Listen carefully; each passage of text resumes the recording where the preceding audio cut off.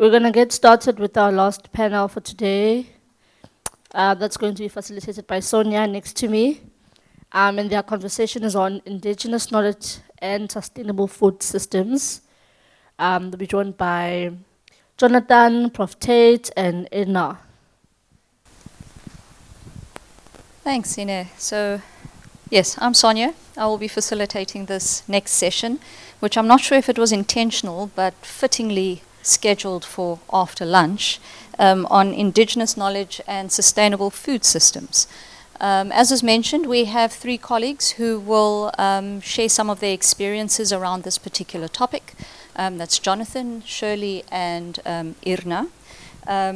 Jonathan and Shirley actually work on a project together with Canadian partners that includes IKS and food sustainability. And I'm thinking that maybe, Jonathan, it would be helpful if you would kick us off by telling us a little bit more about this particular project and how it thinks about sustainability in the context of indigenous knowledge. I know that you've got a few images that you'd like to share with us as well. So I'm going to hand over to you to introduce yourself. You can hand over to Shirley when you're ready to do so. And then before we take a round of questions, we will move on to Irna. And then we'll manage the session as it goes. Cool. Over to you, Jonathan.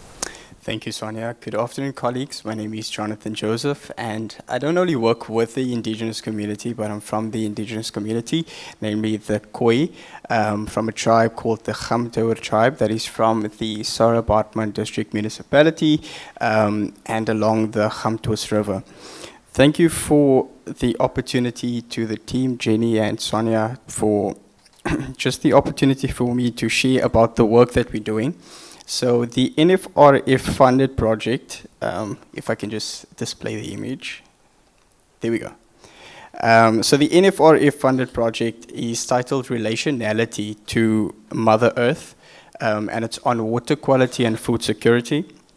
And it's an international collaboration between South Africa, Canada, the United Kingdom, and Switzerland. Now, in particular, the South African team is working on a proposal called Nurturing Eco-Pedagogy, Eco-Literacy in Primary Schools in South Africa. And our project site is located in Humansdorp at a school called Graaslaagte Primary School. And it's a school that has become a living example of what eco-literacy and relational sustainability can look like in practice.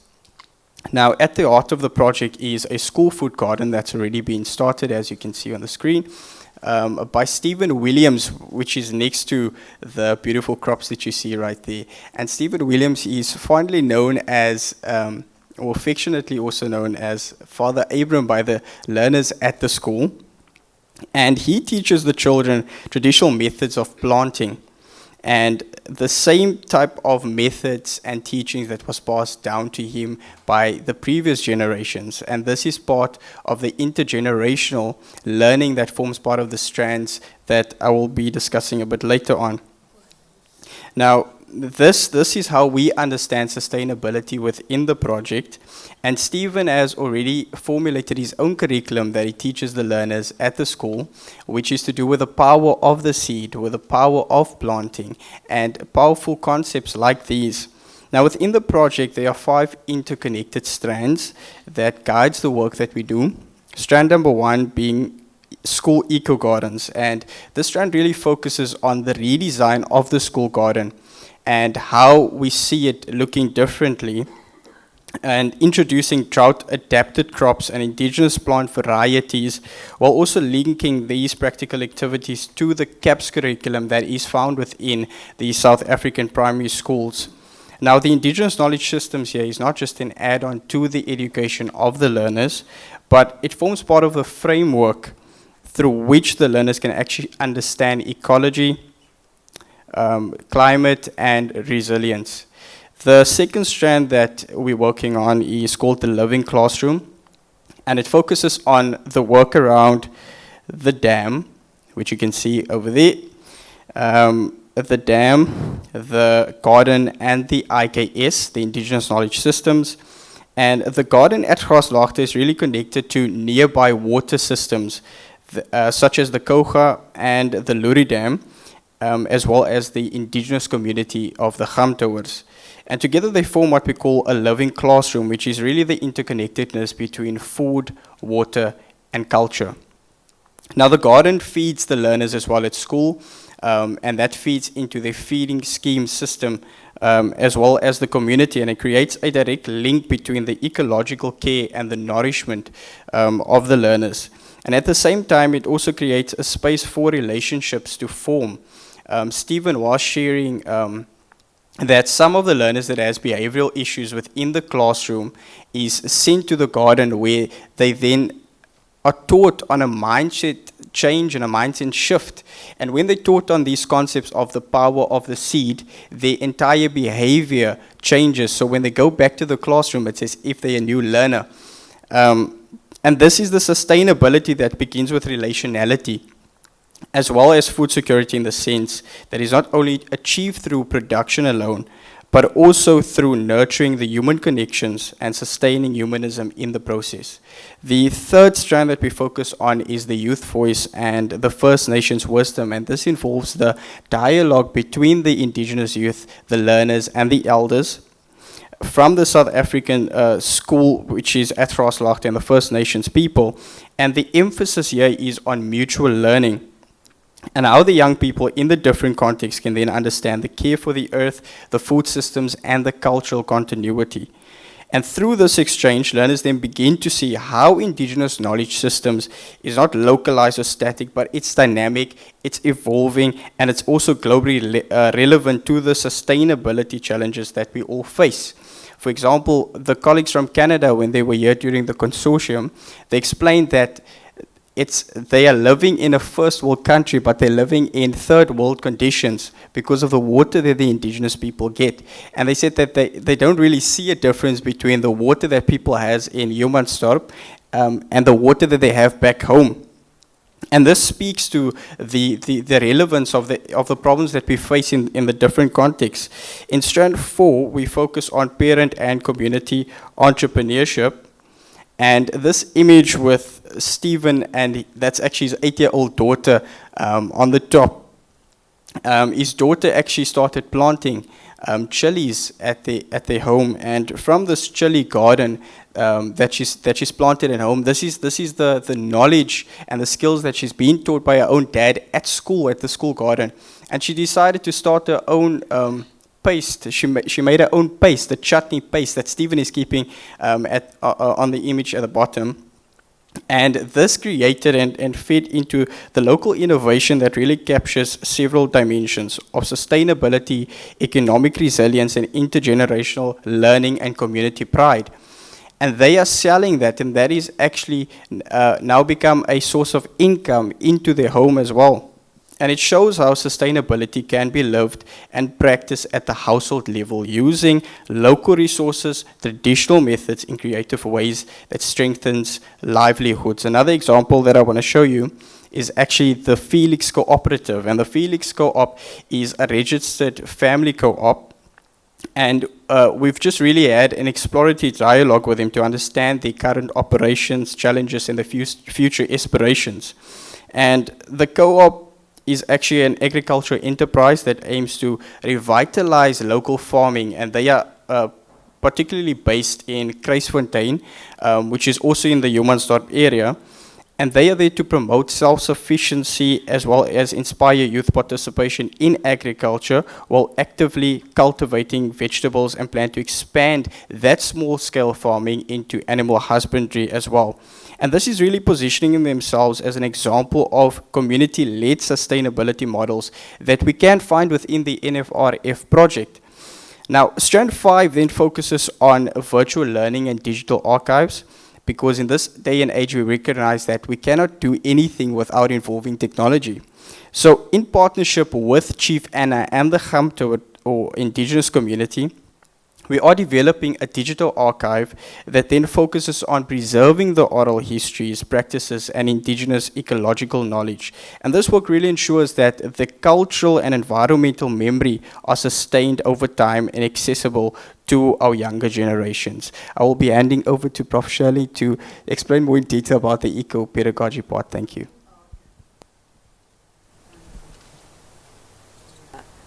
Thanks, Jonathan, for the overview of the project. I'm just going to do this very briefly because we don't have much time and we want to do a little bit on water, right, Jonathan? So I'll just say something about my small project within the eco-pedagogy part. It involves a school garden there at Grasslock School and working with Mr. Williams as well. So my plan is to just extend the work he does, because he's already doing this wonderful project where the kids do journaling as part of their learning how to plant different things and watch them grow. So I'm going to get the kids to convert their journals into comic books, which will be written in, it'll have words in Afrikaans and also English, which are the two languages the kids learn at that school and the two languages that they're taught in. And they're going to have those books in their school, different ability levels, and also they can send them around South Africa to other schools and maybe do a small business out of it, who knows. So that's kind of what my plan is. So they're going to have little comic books like, I'm a pea and this is how I grow. Just something like that, and then with pictures that they themselves draw, because the kids there have got fantastic art skills, which I saw walking around. So this idea really came out of visiting the school and interacting with people there, right? So I'm going to stop that part. So we're going to do the water part next, are we? Okay. So water is really important to the Hamtor people. As Jonathan said to me, said to us when we were visiting the valley, and Nicole said something like, look at the water, didn't she? Something like that. And Jonathan was like, no, that's not how we would say it, because we are from the water, right? So we see it in a different way than the way you see it. So water is really significant, of course, and we know about drought, and we know about water dispossession, with all the water being siphoned off for us here in Kibera. Okay, so I'll start and say a bit, and then Jonathan will finish it off by saying some more stuff. So the Hamtus Valley in South Africa's Eastern Cape is a landscape where water and identity have long been entwined. The valley's name itself derives from the Hamtor people, First Nations Khoi people, whose heritage and histories are inscribed in the rivers that converge in the area. Oral traditions tell of how, when the two rivers met in full flow, the sound echoed like a roar, likened to the lion, the tribe's enduring symbol. The lion is not merely emblematic but ancestral. Its roar embodies vitality, resurgence, and the convergence of life worlds. Water in this cosmology is not simply a hydrological feature, but a living being that gives identity its resonance.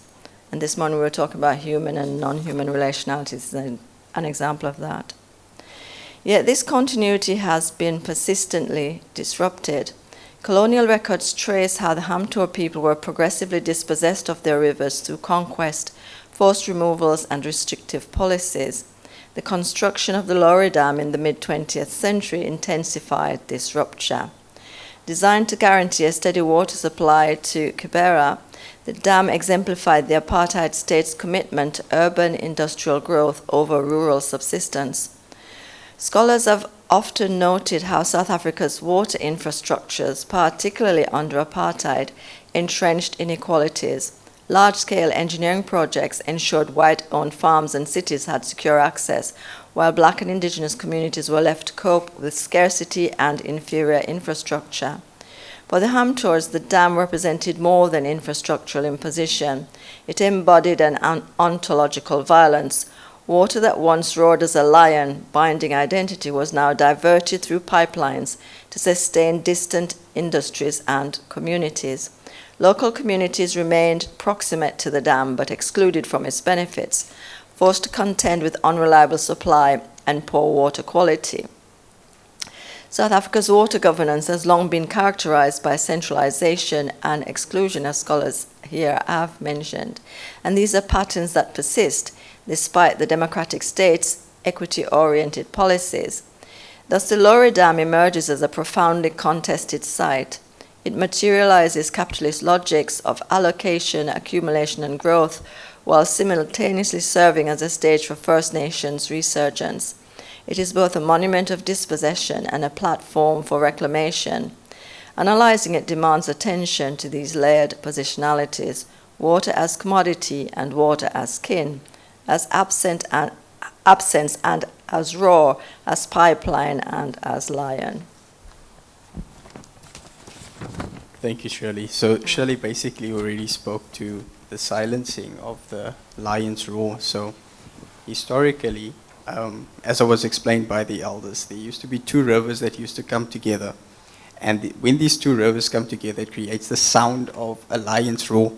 And this is where we get our symbol from as the Gamtoer people, representing a lion. But this lion's roar is now silenced due to climate change.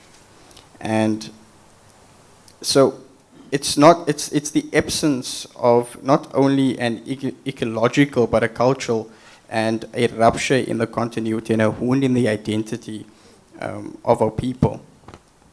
I want to also talk about water as both ancestor and adversary, because it sustains life through ritual and memory and practice, and yet it is withheld and alienated from and through governance systems that treat it as a commodity, as Shirley already mentioned.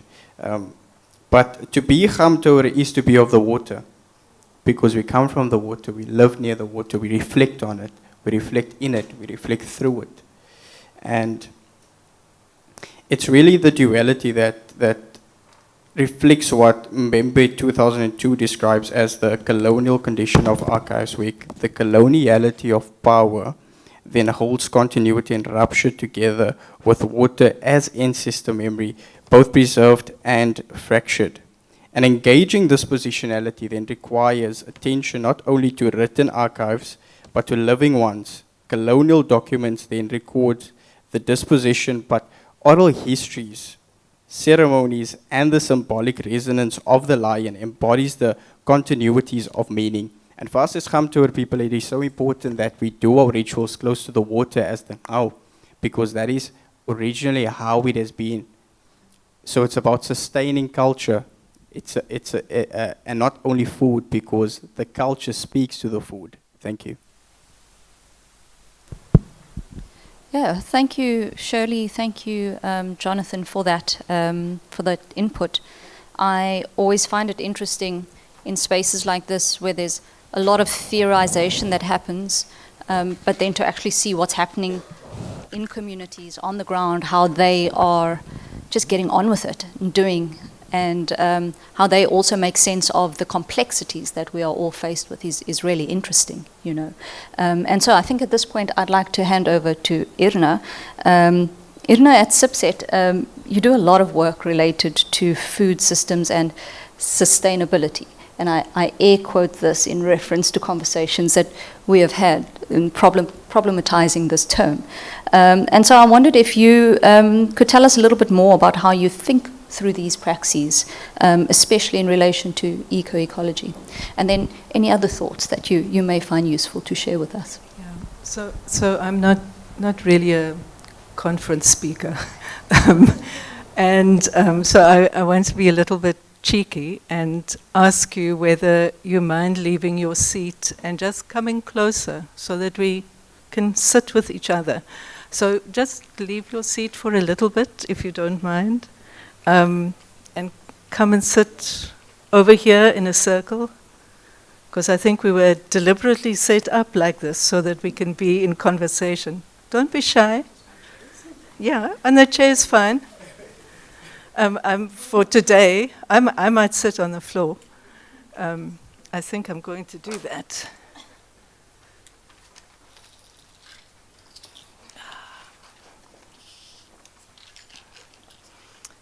Oyama, can I ask you to open that and just pour those seeds out over there? And Tombizodwa, can I ask you to open that and pour the seeds out over there for me?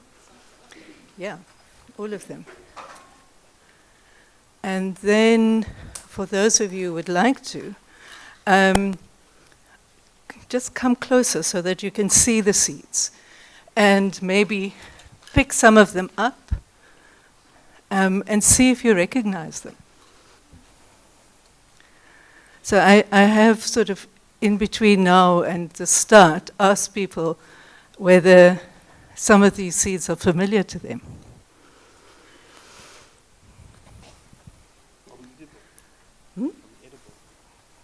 We'll come to that.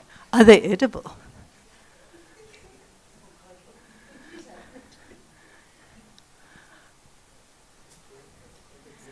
So, does anyone here have seen these seeds like this before?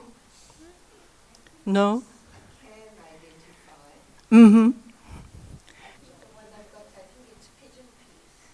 Pigeon peas. Okay.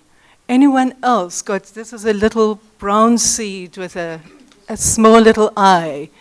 Anyone else know those seeds? Yeah, they do. They have the same shape, right? And you know why? Because they belong to the same family. So lucky bean trees are part of the family that these that are sometimes known as peas or as beans they're kind of the long family. They connected. They're related. Let's put it like that. Anyone else? Erna showed me them before we started. Yeah. And I said they just look like cowpeas from Jamaica, but our cowpeas are slightly smaller and dark red. So cowpeas. Cowpeas, yeah. Anyone else? I'm looking over there, Innocent and Lebogang. Yeah. Yeah, so can we, what do I have to do that I'm not doing? No, you're fine. Yeah, I know, I'm quite hopeless at this. Yeah, sorry. Oh, I will do this. thank you. Yeah. Sorry, I've disrupted this bit a little bit. So we talked earlier, and what were you saying about these beans? And Innocent, if you don't mind. Yes, Innocent. No, about these ones, I really don't know the English name, but I know them in Venda and Speedy. So in Speedy, they call them Ditloma Rapo. Mm-hmm. So in Venda, they are called Ponda. Okay. So yeah, they are mostly sold by our neighboring countries from Zimbabwe. So Okay. when you boil them, they have two shells. So if you boil them, you can peel out the first one, then the second shell. It's very hard, you can't even chew it. Yes. Yeah. Okay. Do you want to say something? I'm putting you on the spot. No, I think you had asked me where do I know them from. So with me, it's from my grandmother. You asked me where. I said Botswana. So I think because of the Zimbabwean background, that's how, yes.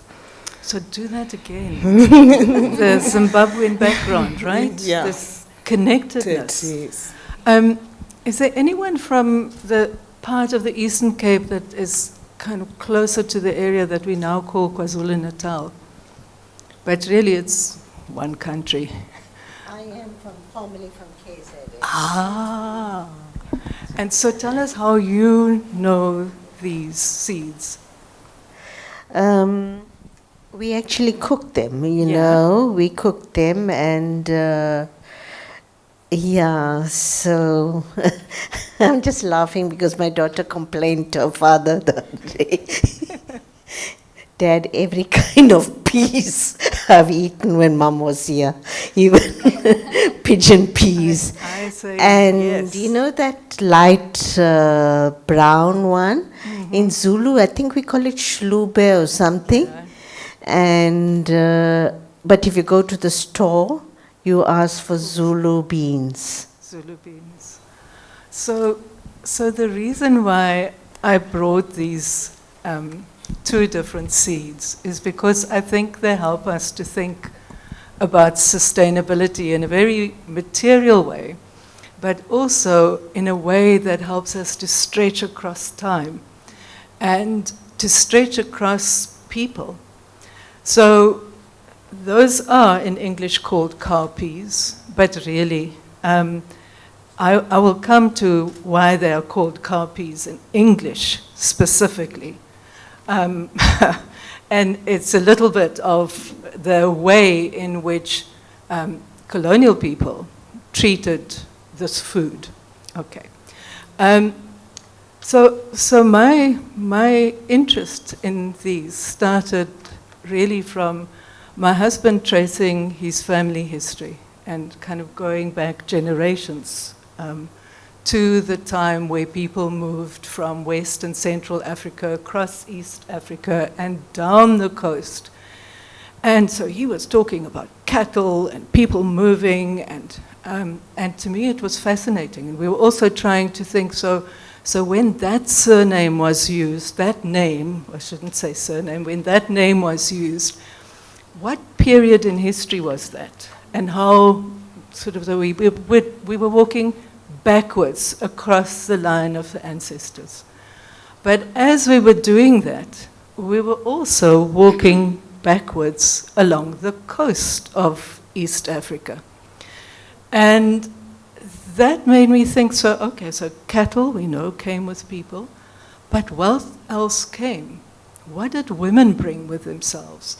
And then I remembered growing up in KwaZulu-Natal, these beans. And so I dug around a little bit and discovered that those peas that in English we call, and really it's such a not good name.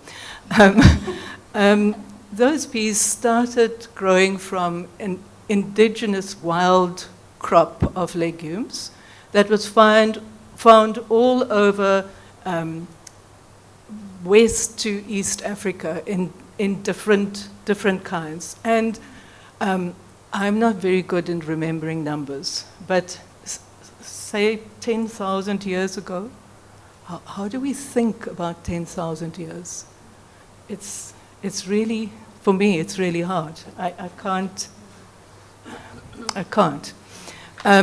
But I could, walking alongside my husband, I could trace 4,000 years or 3,000 years because we had this footpath of the ancestors to follow.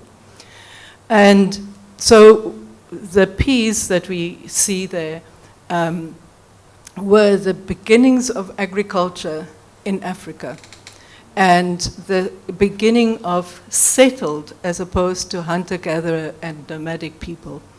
And so women carried this food with them, and you can imagine now the journey of these peas and their ancestry, which stretches along with the ancestry of many people in Africa. And not only in Africa, because Africa was connected to other parts of the world, sometimes through violence, like slavery. And so these peas moved with people to parts of the Caribbean, to, what shall we call that, America? And also to South America. And it's mainly women who carried this. Similarly with these, which are called bambara nuts in English, because they don't grow in a long pod, they grow underground in something that is similar to a peanut. And this was a food that sustained people and animals. So come colonial, and they planted still as plants that are intercropped, so they planted with other plants. And you were telling us, I forget which one of you, Innocent, you were saying you remember something that happened with the leaves. Was it you or was it Lebogang? The shell. Yeah. Okay, so what happens to the leaves of the cowpeas? So, the leaves, the cowpeas, the ones, No, I don't know about them. Yeah. Okay, sorry, but the other ones then. But with these ones, when they grow like nuts. The leaves are so small like this, and then even the stems, they grow like tall. Yes, usually when they plant them with maize, especially from Venda where I come from. So during this time, we plant them. Yeah, this is what I know about them. So the two things are planted together, but also for both of these plants, they follow different seasons, and so they help with food security over seasons where food that is grown is less. And women have found out that they can lightly boil them and then dry the leaves and keep them, so that when there is less fresh food available, that can be used. And so this knowledge, I think, was carried all along. But not only did these two plants feed people, they also fed the animals that traveled with people. So come colonialism, people looked at these farmers who did not know how to farm in Africa, who watched what indigenous farmers were doing, and they decided this is fantastic fodder for our cows, for our cattle, cowpeas. Not food for people, food for cows. Yet we know now that these seeds which have adapted and have a wide gene pool are some of the things that can grow in land that is poor, in soil that is increasingly salty. And all of that is what we can anticipate is coming as our world is warming more and more. So what does this story tell us about sustainability? For me, there are the connections with who are the knowledge carriers. How is that knowledge carried across generations and across time and across place? Often they are carried as stories, but they may also be carried in the way that I sit next to my grandmother and she is busy shelling peas. And she says, now we mix it with a little bit of ash before we put it away, because the weevils will get into it. And we know, I learned from her, so ash is a preservative. And this knowledge is the knowledge that I then pass on. And it's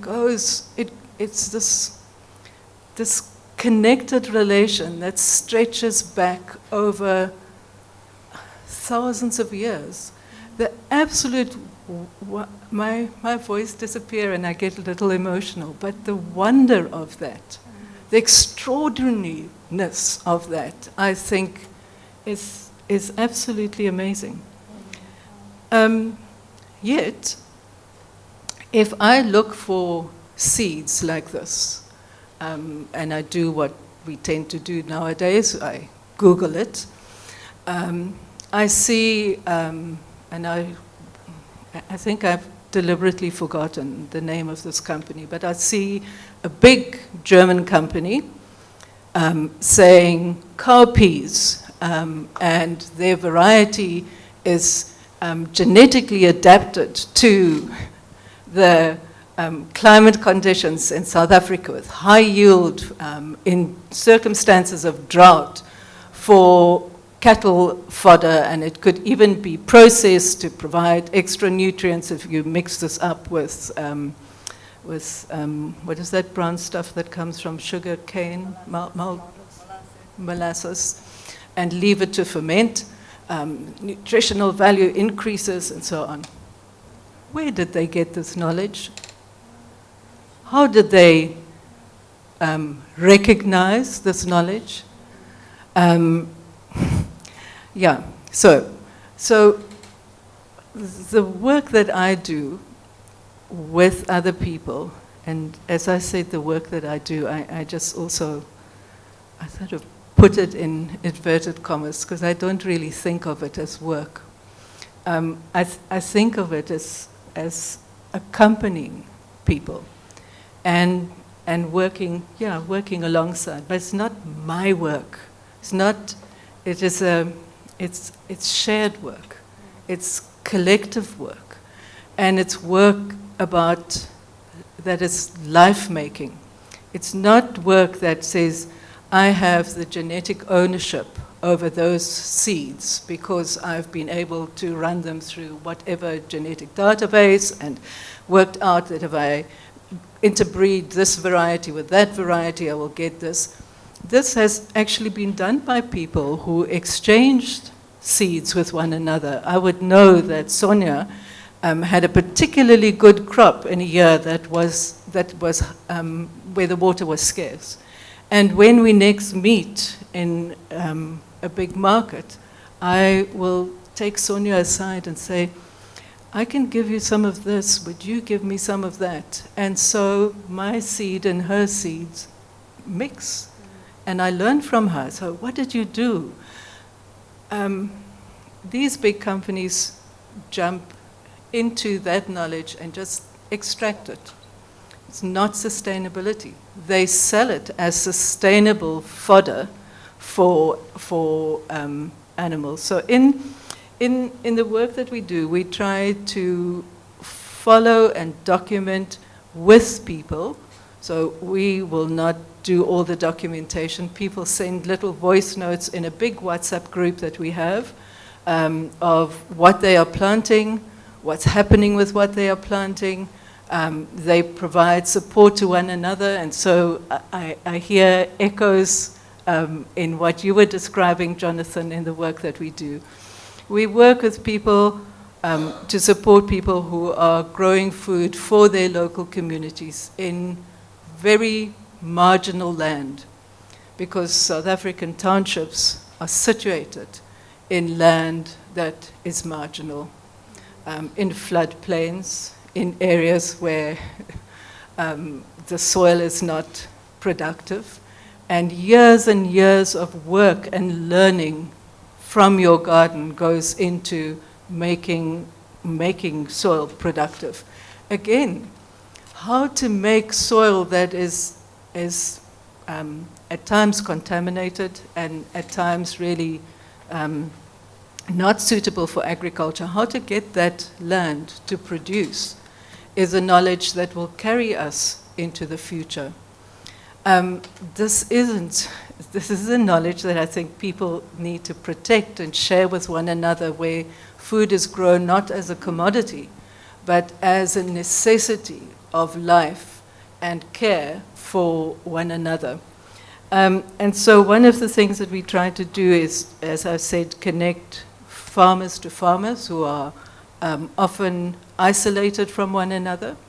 We also are busy mapping, and by that I mean not just kind of mapping as in who is involved and what do they do, but also getting people to map the land that is available in the area where they live, and to then see what other land could be available. And we then want to use all that information together to be able to talk back to government and say, this is the volume of food, because no one knows. No one can actually say, well, someone the other day in a meeting said that in Gqeberha alone, there are 10,000 cattle. But no one really knows. No one knows what is the volume of food that women and some men and older people and some young people are producing to feed communities and their own families, to feed people in soup kitchens, in school kitchens. There's no, it's not, I don't want to use this word invisible, but it's not counted. Let's put it like that. It's not counted. And therefore, our government cannot write policy that supports this work. It uses the frameworks of ownership to be able to say, we will make this available to small farmers. We will do that. We will provide these kind of implements. This is how we must divide up resources. This is how our extension officers must work. All of that, I think, misses this notion of sustainability. I really, I said to Sonia last night that I really don't like that word, because when I go shopping, the grocers tell me they're on a sustainability journey. I'm thinking, what? I go out and I see mining companies that have left behind the graves of their profit making for people to live alongside, saying we are engaged in a sustainable journey for something, this or that.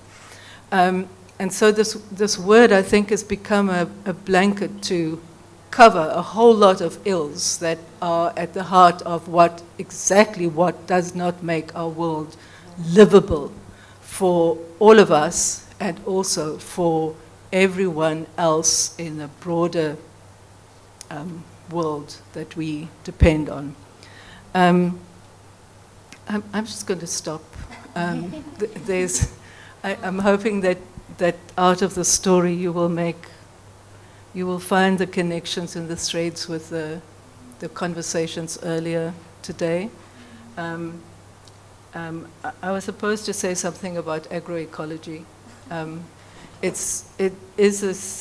is not, and it's again one of those words that have been, I don't want to say appropriated because that's too polite, but stolen from the movement that started at Nyeleni in West Africa, in Mali, that brought together peasants and indigenous people to decide for themselves what is the food system that they want and what is the pathway towards a food system which they control. So they use the word not food security, but food sovereignty, where you have the power to determine what is right and culturally appropriate and kind to people and the planet in growing. So caring for one another, but also caring for the planet.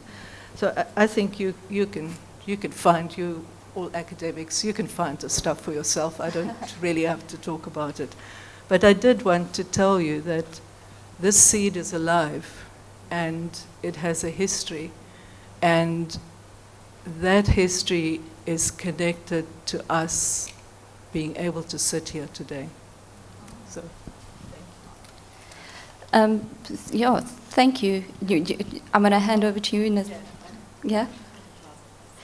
That's coming. I just want to say thank you to Irna and colleagues for taking us on this really amazing, thought-provoking journey, right? And I think in spaces, in particularly academic spaces, I'm going to call it for what it is, we sometimes find this struggle to legitimize stories as worthy of interrogation, of worthy as evidence of. And I heard a quote not too long ago, and I cannot attribute it to someone, so it's not plagiarism, I've just forgotten.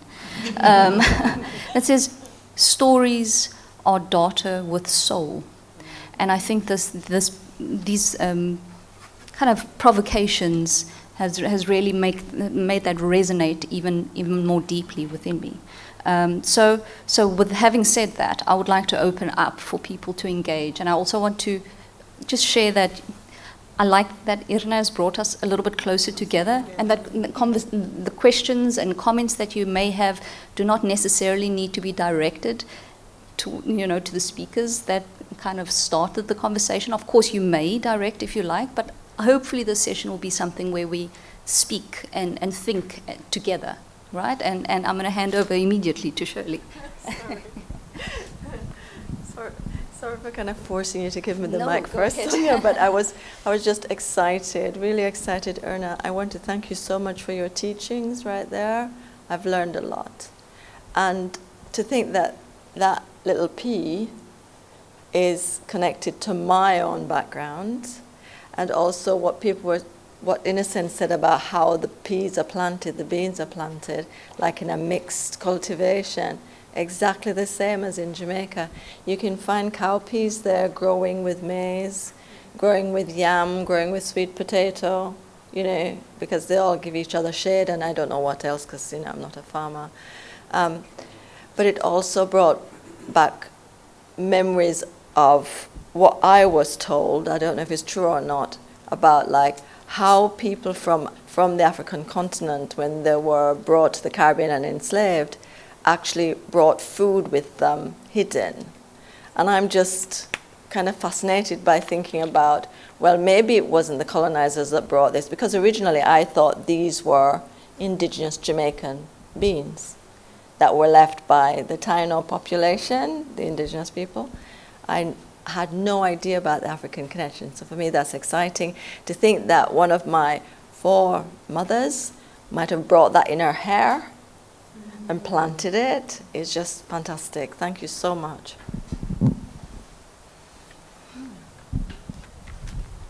There we go. Thank you for that talk. It was very refreshing. I think that's why I had brought up the question to Dumi's group earlier on about indigenous planting and indigenous knowledge. Like you had said, these plants have a deep history. All plants have deep histories, actually.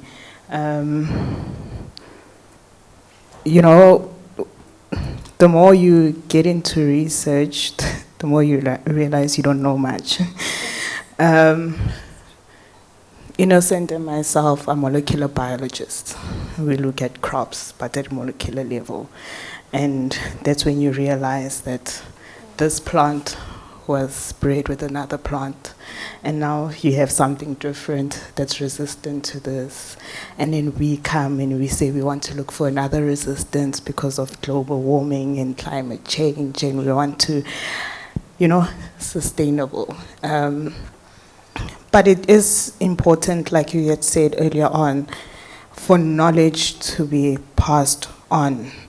And that's why I also had suggested to them that you get elders from the community, because your hydroponic system can be really bettered with indigenous knowledge. Like she had said earlier on, is that the maltose, all that is indigenous knowledge. And I think it's important that we always go back in history, and like Prof. Hugo had said earlier on, it also connects to the spirituality of it all. What we know now will become indigenous knowledge for the future. So yeah. Thank you. And then I'm also aware that we have a lot of colleagues online, and if anyone would like to join the conversation, please do feel free to do so. We can see you. So if you raise a hand or a comment, we will definitely acknowledge you. But is there anyone else in the room that would like to add? Here we go. I think from all three of the colleagues who shared with us the journey of the growth, the becoming, and the continuing of what we see. Thank you very much. For the being symbolized so much for me in this day of this experience of being in this session. So thank you very much for making this so tangible. Because I think sometimes we can get trapped in being abstract. So thank you for making it so tangible.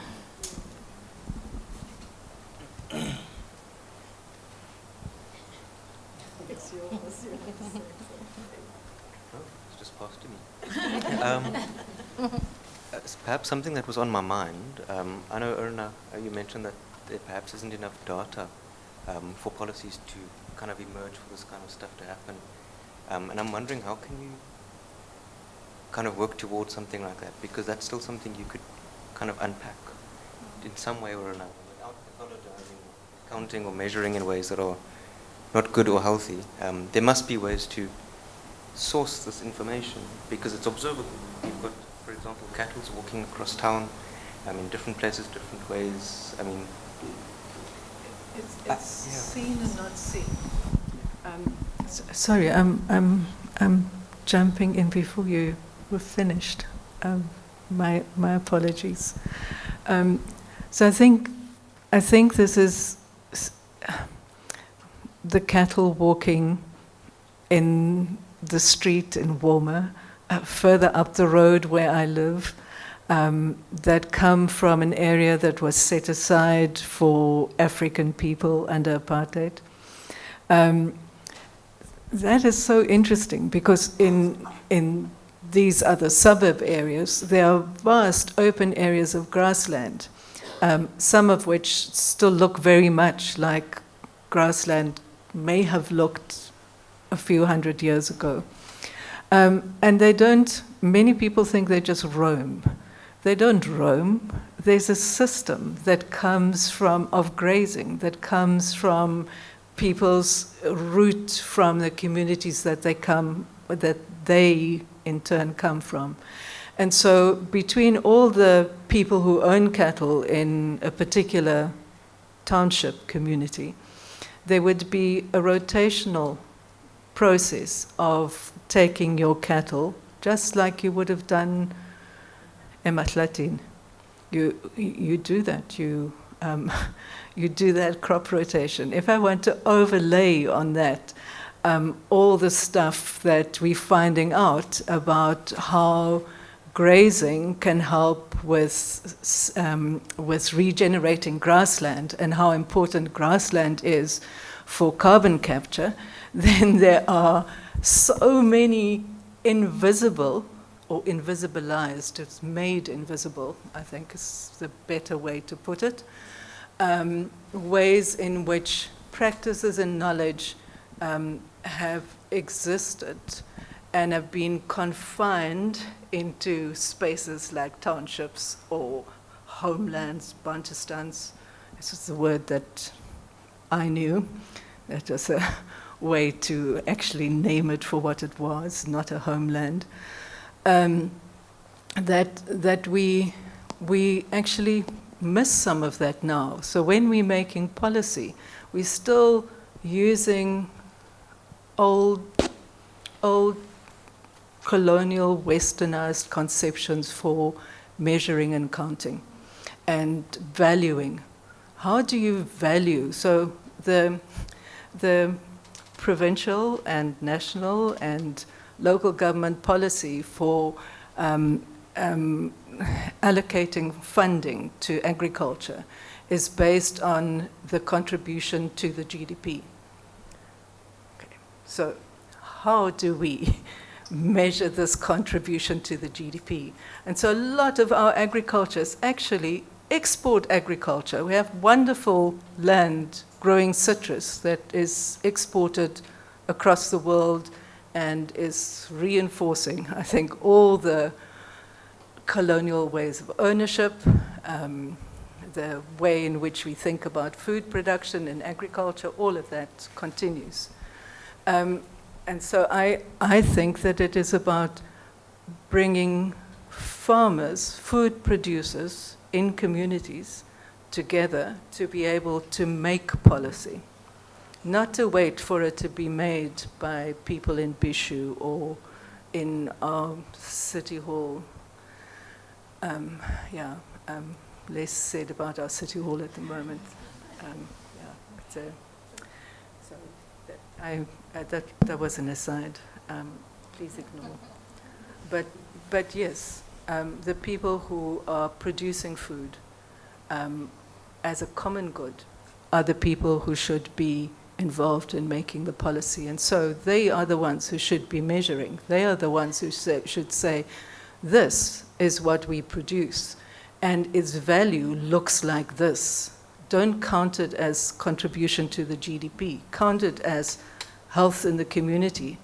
People, our children who are not living lives where stunting is a reality, being able to concentrate in school, creating a safe place for kids to play, putting food on the table when, so we are measuring the wrong things, completely the wrong things, and our policy,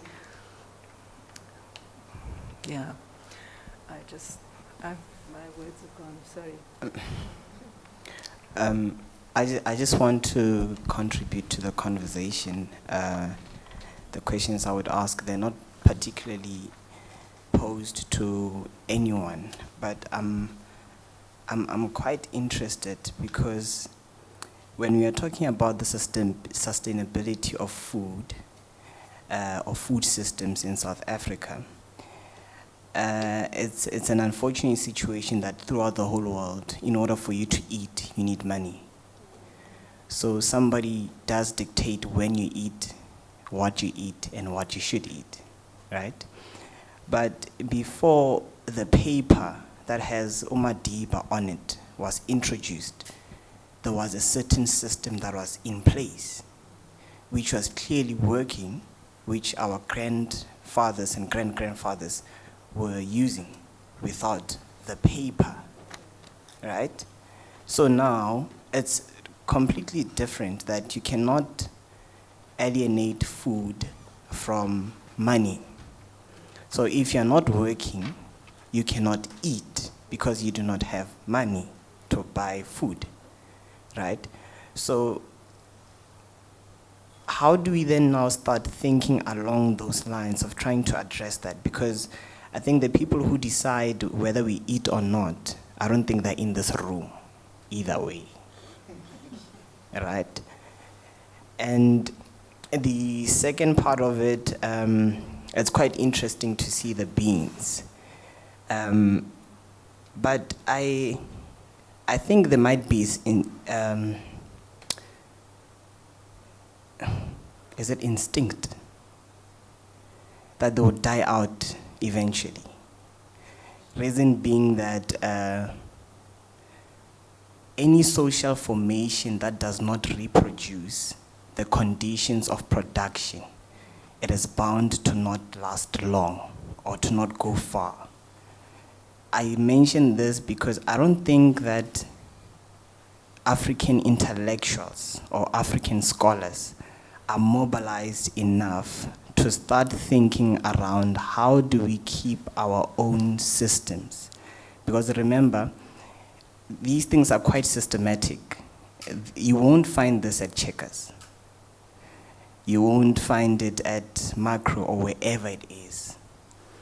So how do African scholars start mobilizing themselves outside of capital, and if that is even possible in this day and age? Because you can mobilize each other and come up, theorize, but if you don't have Mandela, you can't really move. So do we start thinking within Mandela, the money, or do we start thinking outside of it? And when you start thinking outside of it, it means that you are going against the capitalist order, and not just any capitalist order, because when you just say capitalism, you're not capturing the essence. The essence, to capture the essence, you must address it the way it is. It's white monopoly capital, which dictates how we move. So what can we really do? I'm just posing it out there. How do we mobilize ourselves? What's the next step? Because we can speak forever.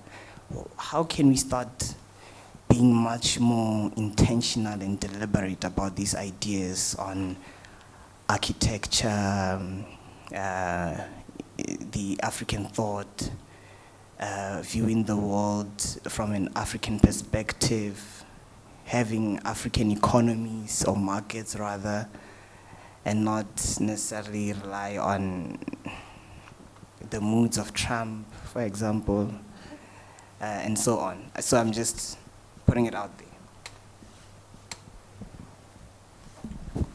Sorry, I will speak on behalf of Cowpeace. So about the issue of existence. So I don't think they will come to a place where they will say they are no longer here. Because now there are some companies, mind you, cowpeas, they have been studied and they were found to have some molecules that can regulate your blood sugar levels. So there are some companies out there that are investing in South Africa. I've been in that project, so I know. So they are investing in South Africa so that we can produce a lot of this, because in their country they can't produce this. So cowpeas are safe, they won't exist. Yeah. I don't think cowpeas, sorry, I'm so sorry. I don't think cowpeas are going to be saved by capitalism. I honestly don't. I think colonialism and capitalism have walked so hand in hand across the globe, creating hardship for the majority world. And so to come back to you is to say, you gave us this beautiful image, and I could actually smell your grandfather's home when you said it's cool inside and warm. And I know that smell of smoke against the ceiling, and how it makes you feel, I'm home, right? So if we can think of the university, and there's this really apt thing about ivory towers, right?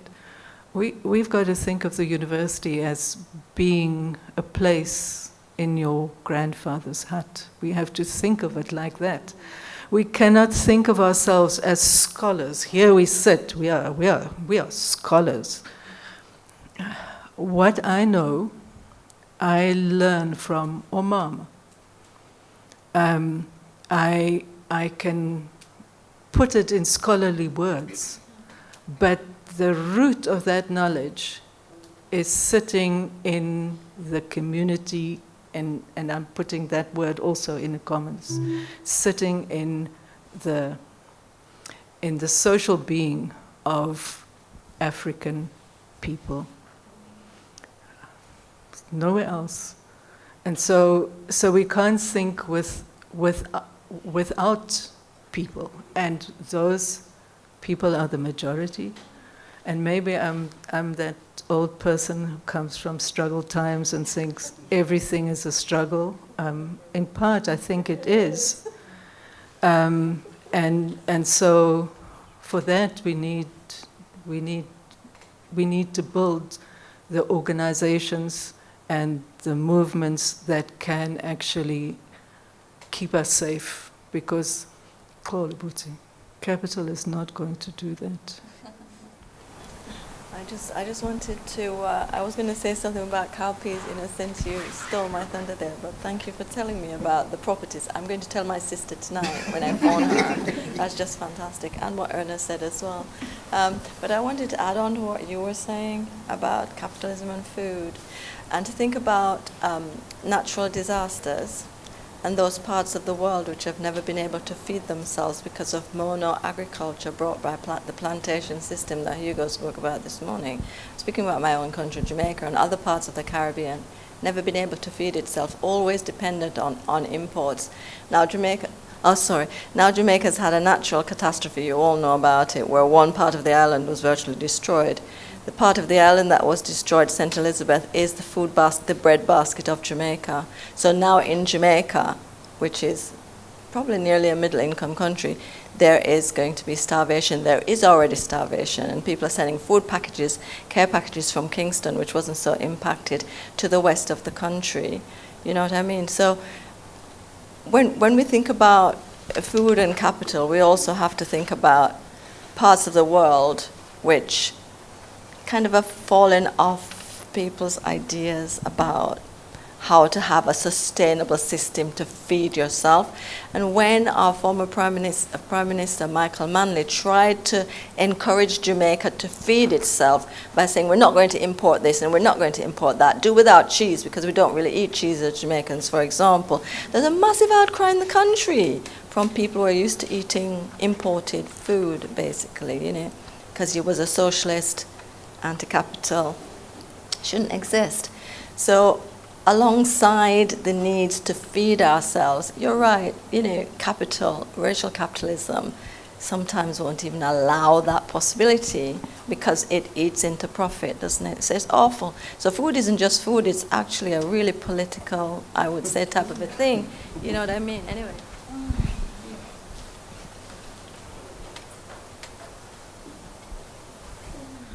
Thanks a lot, Prof.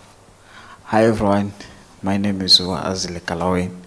I want to fit into what Carl was actually speaking about going back into the manual ways of doing things indigenously as African people. I think there's going to be a problem with that. The reason being is that African people are occupying land that is not arable. They were actually systemically excluded or removed from the arable land within the country. So even if they were to go and do things manually, or subsistence farming, if you were to put it that way, because I'm actually coming from the Transkei of the Eastern Cape, and people are actually still doing the things manually. And it's very hard, I can tell you that. It's very hard. Because the land is not arable. The farms, everything that is actually proper that can reproduce food is not owned by African people. So even if you're to say, let's take away the money and go back to the manual way of doing things, African people will still suffer to death. I'm telling you. Thank you. Thank you. This conversation just ignited me to share my experience at home. Ekaya, we're from Alice Kwagaga Kwangobongobo. My grandfather is a farmer, and he does not have a bank, but has some sort of income every day. He has sheep, cattle, ducks, chickens, and everything. And the yard is very messy.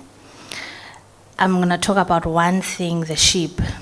My father, from one sheep, he eat 4 times. He eats by selling, he eats by shaving, he eats by the sheep giving birth as well, and then he resells again. He knows when it's time to sell the sheep. He gives his natural medication to his sheep.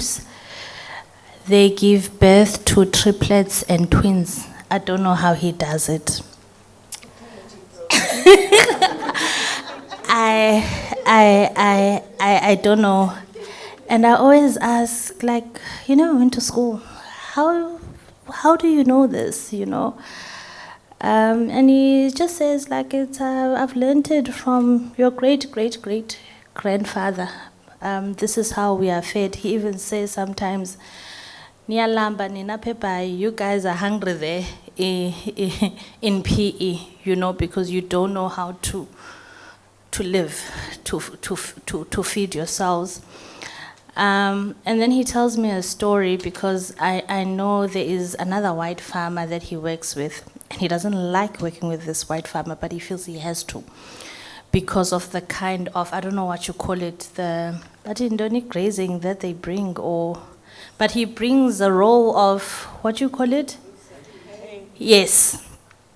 So, and I'm asking, so why this relationship? It's like because they have, going back to what the gentleman, they have the best space and land for this. And now we, as black farmers, we are forced to buy from them, because they know, number one, we're not buying medication from them. We cannot use our own land to feed our sheep and cattle, and because it's not fertile enough, it's not producing what we want. Therefore, to actually feed our cattle, we have to to buy from them because that's what they've created.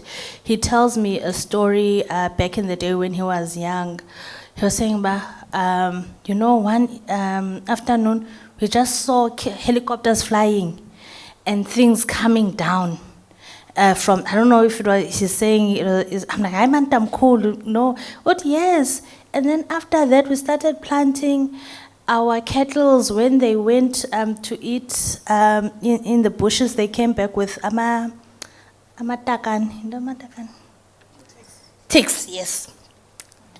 Now, after we had to then go back, and then he tells me, that story. So I thought I should share, you know, the complexities of those who are still living in indigenous ways, you know. He doesn't have a bank. He doesn't trust bankers.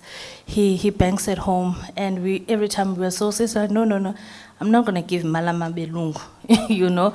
He has that mentality. But I'm like, if you want to grow your business, and no, I'm growing my business now. I have my customers that come and buy my sheep. They're healthy, they don't eat plastic. Someone was mentioning they don't eat plastic, I feed them well. You know, so they have that knowledge, but like, how do we acknowledge that as important knowledge within the space of food security, you know, and food sovereignty as well within those challenges? I thought I should also share that, what is currently happening at the moment at a personal level, I guess. Thanks, Oyama. I see that Michaela has posted something online. She says, listening to the story of the seeds was lovely. The looseness of the narration allowed one's mind to not only travel along with the narrator, but also to think about all the other traditions and stories that accompany these seeds. Seeds and peas were also stored in ceramic wares. These clay pots were specially designed for purpose and are truly beautiful artworks.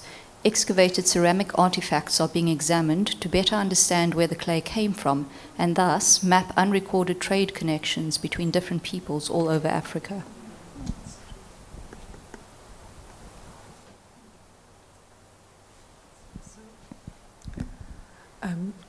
I think one of the threads that came from all the conversations today is that none of these issues stand, these things that we are thinking about and working with, stand alone. They are, so because I am a popular educator, I think like that, but Freya gave me a really useful tool, I think, a thinking tool. He calls these issues knots, and they are knots of contradiction. So we stand with food and hunger. We stand as a country that can produce enough food to feed everyone. Yet we have hunger. And it's in that very painful contradiction that we find the beginning places of what it is that we must do. And so I don't think it is a thing of like reclaiming some past. It's recognizing that past, reaching onto it, because it's the ropes that hold the tent up. If you cut them, that tent is going to fall down. But yeah, oh my goodness, I'm waffling, to borrow that this morning's topic. Yeah, so I just think that we can't think of these as single issues, and we can't think of them if we want to push back. We can't think of them as pushing back on one thing, because land and seed are connected, seed and water are connected, people are connected to one another in relationships that are exploitative and oppressive, but also in relationships that build and nurture. And so we have to work in that space. And there is beauty. Those little plants, when they grow, there is also beauty.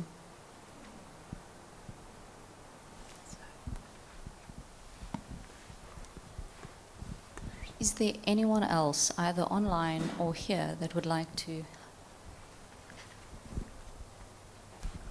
No, thank you very much. No, I feel like I should say something. But mine is on the point of. Let me start by touching on what Carl said. Right. I think you've said it beautifully when you said no. We need to move on when we create these solutions on how we combat, the said systems by the colonial regime, right? But of course, Steve Biko alludes that we should not sit on the table and eat crumbs, that there must not even be a table at all, right? We must formulate our own tables. So I felt like that's what I felt like saying on what Carl is saying, because they are indigenous entrepreneurship, right? Knowledge systems from way back. And then there are periphery entrepreneurship, whereby it's only the communities who are skilled in those, and the general public doesn't know how to partake in that entrepreneurship. So there are various types of indigenous skills that you can tap into, right? So I also wanted to touch on what the speaker said on water, right? I feel like water has a spiritual connection with us, right? Case in point, I think it's Mount Frere, where there is a snooker, whereby every time the capitalists want to exploit that water, it disappears. Right? Every time they want to, so, and also there is Van Staden's, right? Van Staden's was taken by the colonial, right? So people want to go and kill themselves in that breach. So I feel like there is some form of spirituality within that as well. So I love the decolonial praxis within all of this, because the essence of decolonial praxis is including the community. All right, there is no way of moving forward without, including the community. So that's what I wanted to contribute to. Thank you.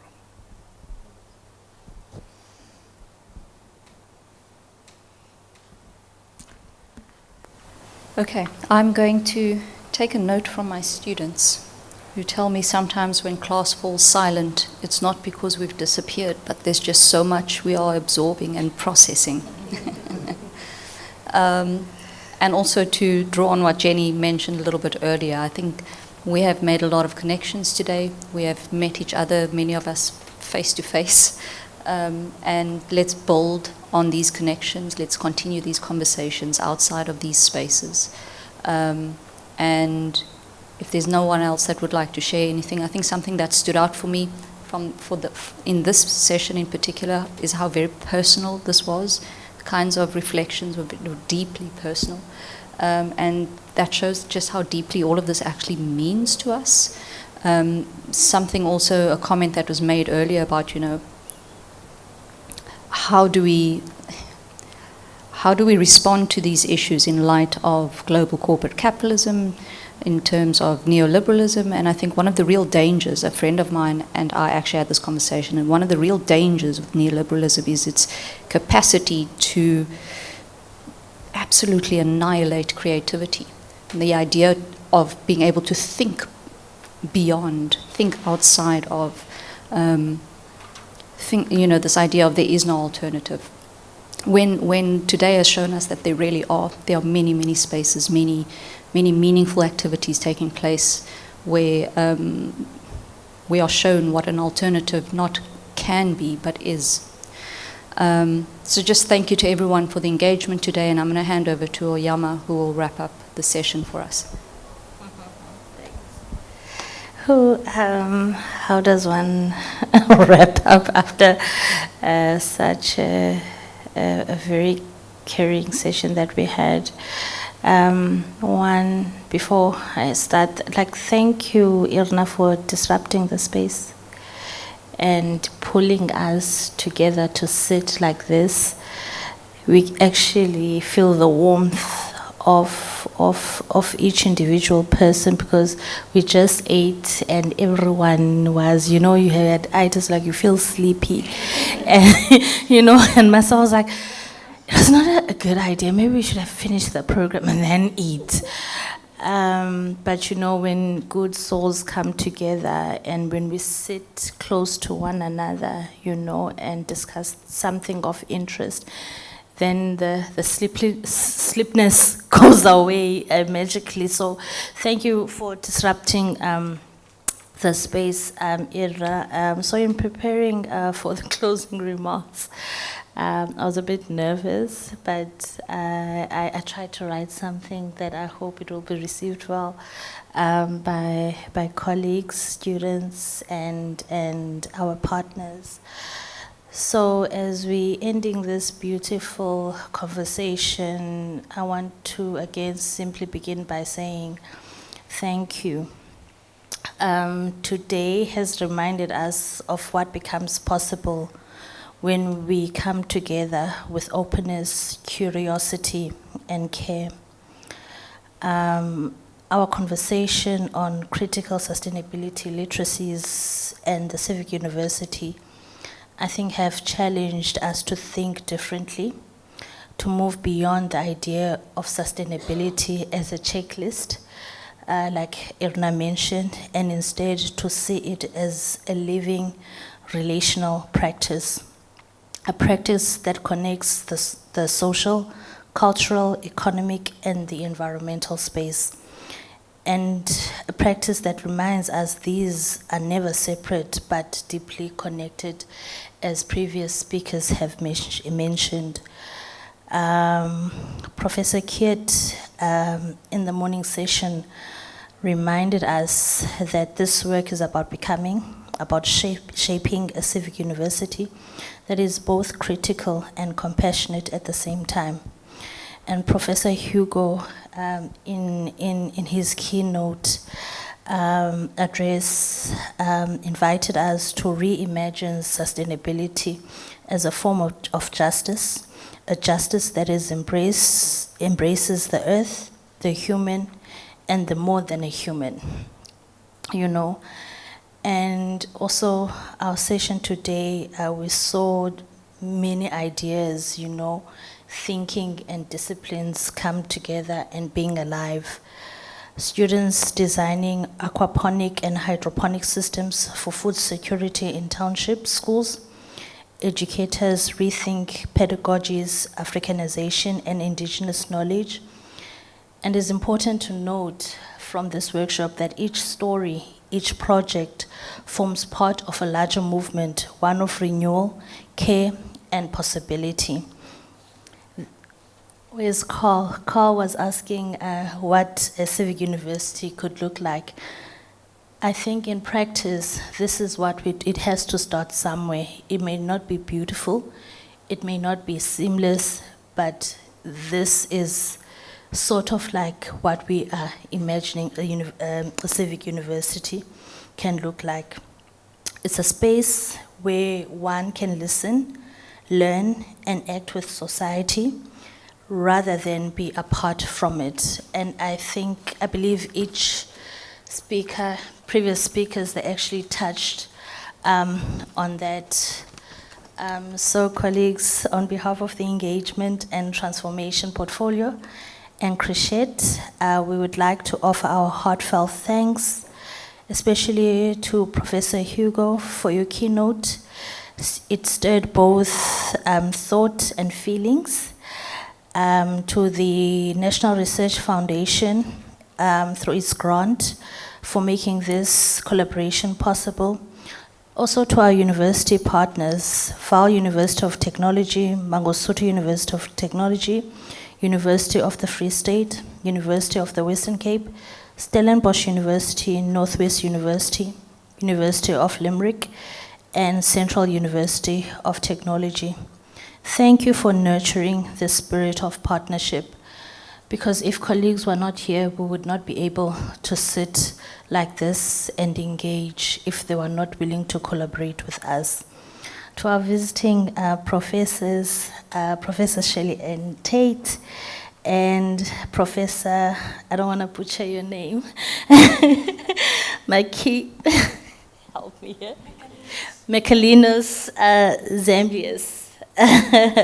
Thank you for your generosity of thought and solidarity in us reimagining how do we become a civic university.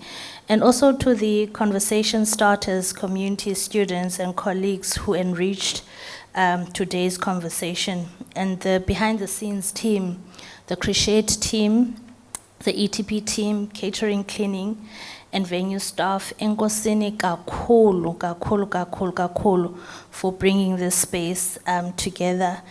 And most importantly, I think to our students, you are the heart of this work. You are the heart of this work. You remind us that sustainability begins with imagination, and imagination begins with you, because we believe whatever we engaged on, whatever concepts we get from the conversations, our students within their various spaces, because they are part of community, they will be able to take it back home and engage with their families.